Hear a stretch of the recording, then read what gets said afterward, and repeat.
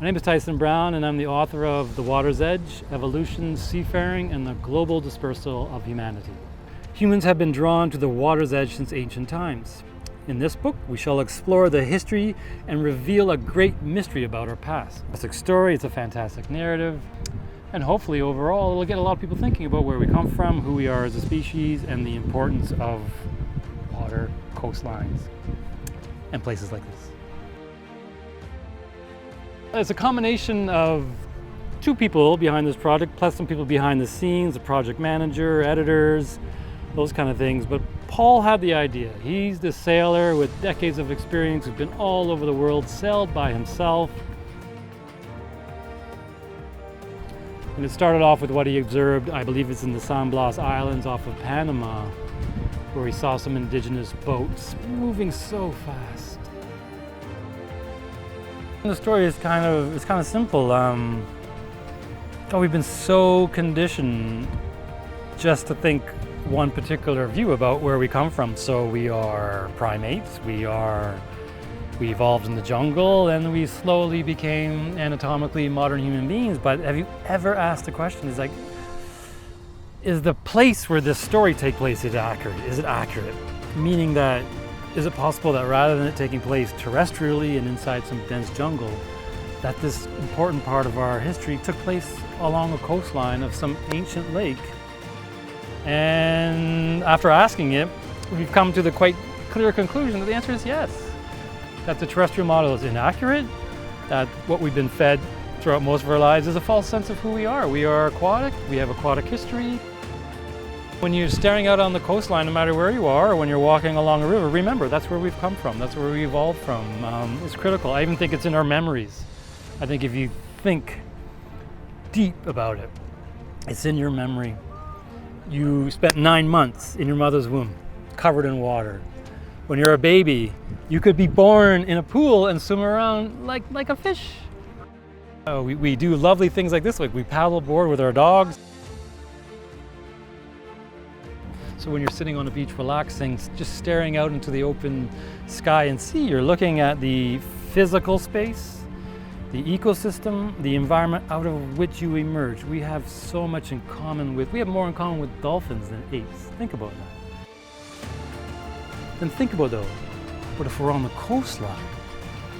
All we're doing is building sea vessels, eventually using sail and wind power for speed, paddles for backup, and next thing you know, our ancestors are able to go from island to island and travel hundreds of miles, thousands of miles, no problem, encountering nothing but the wind and the sun and the sea, right? There's no sharks gonna eat them, they're just traveling. So if you think about it, and we show a map in the book, which is if you start in East Africa, where we make the argument that we evolved along some ancient lakes that are now gone in East Africa, which explains why we find all the oldest human remains there, and there's all kinds of evidence of all these coastal habitations on lakes all throughout Africa.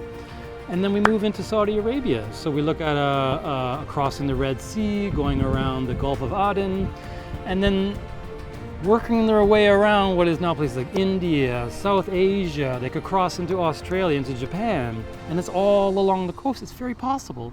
And it gets even more exciting because the water currents will take these boats to certain places, and Paul and I we really emphasize in the book that the peopling of the Americas is linked to this. For the longest time, they've argued that we walked through the Bering Strait and came down into North America. But the Bering Strait's been ice, and it makes more sense that if we just follow the water currents of the Pacific and take these boats, literally that will take you from Hawaii to the Beringia, what we call the Beringia civilization, so it's the Bering Strait, British Columbia, Alaska.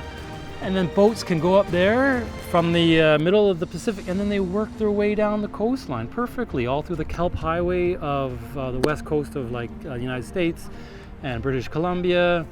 And then most importantly, we're really excited because we make the argument that most likely that the Haida Gwaii could be the first Canadians, that we could be looking at a coastal migration route that brought people from Asia to the Central Pacific, and then from the Central Pacific they made their way up into the Bering Strait and then into Haida Gwaii, and there's strong connections between Hawaiian culture and Haida Gwaii.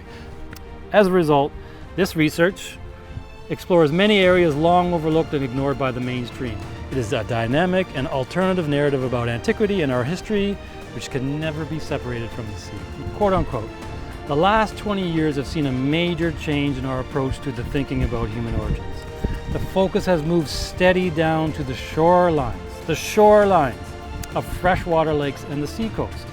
The evidence both in the fossil record, which we mentioned in the book, and the comparative biochemistry and nutrition, which we talk about in the book, has emerged at a faster rate in the last decade than anyone would have predicted. My name is Tyson Brown, and I'm the author of The Water's Edge, Evolution, Seafaring, and the Global Dispersal of Humanity. And so again, we show nothing but respect to all the writers who came before us and are still researching it right now. We are joining, we are adding, we are making the call to remember that we are aquatic human beings, we are aquatic species, and when we get back to the sea, we get back to who we are.